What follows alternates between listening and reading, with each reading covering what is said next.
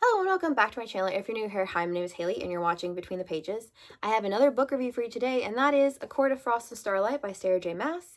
This is a novella set in the world of ACOTAR.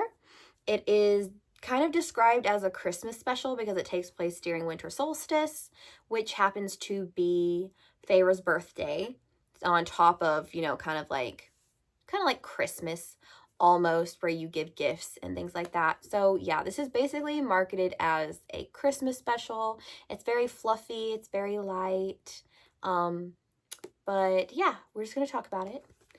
Like I said, it's set during winter solstice, so we get to see Feyre trying to find out like what to get the inner circle for solstice and everything like that. She's still suffering a lot of PTSD of Rhys dying, and she actually meets a fairy in a tapestry shop. She ends up purchasing one of the tapestries and putting it in her art shop that she ends up buying like towards the end of the book.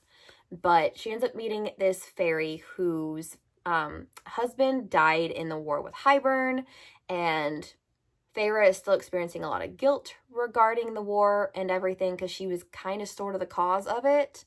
Kind of like Helen of Troy style, considering Rhys took her from Tamlin, then Tamlin retaliated by siding with Hybern and everything like that. So she's dealing with a lot of guilt, and this fairy says that her husband died in fighting Hybern, and they never had children because apparently having little failings, I think is what they're called. They're like younglings. I don't remember what the technical term is for a baby fairy in ACOTAR. But she basically says that they never had children, and now she's really sad because she doesn't have a piece of him like with her anymore. And so that kind of spurs Feyre thinking about having children with Rhys.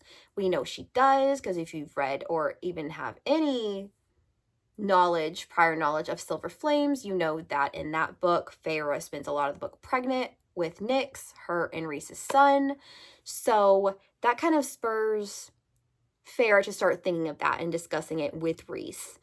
We also have an issue with the Illyrians and everything because of a lot of them died, and Cass is still experiencing a lot of guilt because Nesta saved him and about 1,000 Illyrians died in his place instead. So he's had to he's the general, so he has had to go to all of these families and basically tell them, like, your father, brother, son, whoever is not coming home. Like, he didn't survive the war.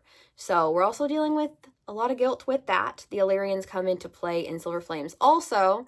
So I know a lot of people have said that you don't need to read Frost and Starlight. I would disagree with that. I would say no, you do need to read it because it does bridge the gap between the end of ACOWAR and Silver Flames, because there's a lot of things set up in Frost and Starlight that end up paying off in Silver Flames.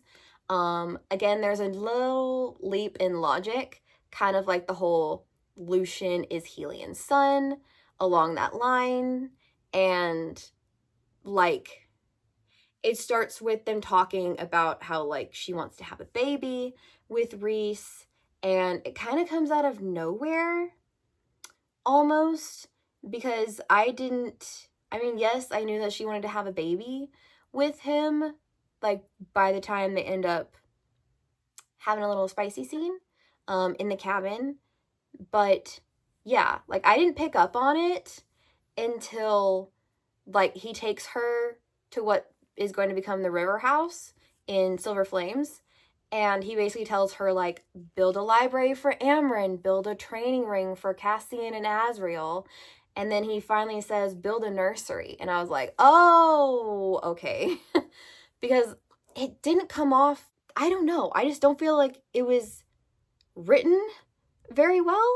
Like, there wasn't a lot of foreshadowing. I'm like, yeah, there was that one conversation between between Feyre and that other fairy in Valaris, but there was no other foreshadowing at all regarding the fact that Feyre and Rhys wanted to have a baby.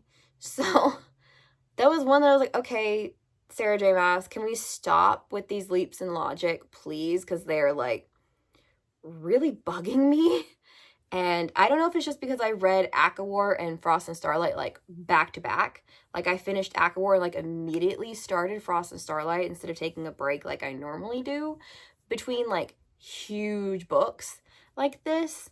But yeah, I would say that you really need to read Frost and Starlight before you read Silver Flames, because there's a lot of plot points that end up paying off in that book. But yeah, that was my review of Frost and Starlight by Sarah J. Maas, and I will see you guys later. Bye!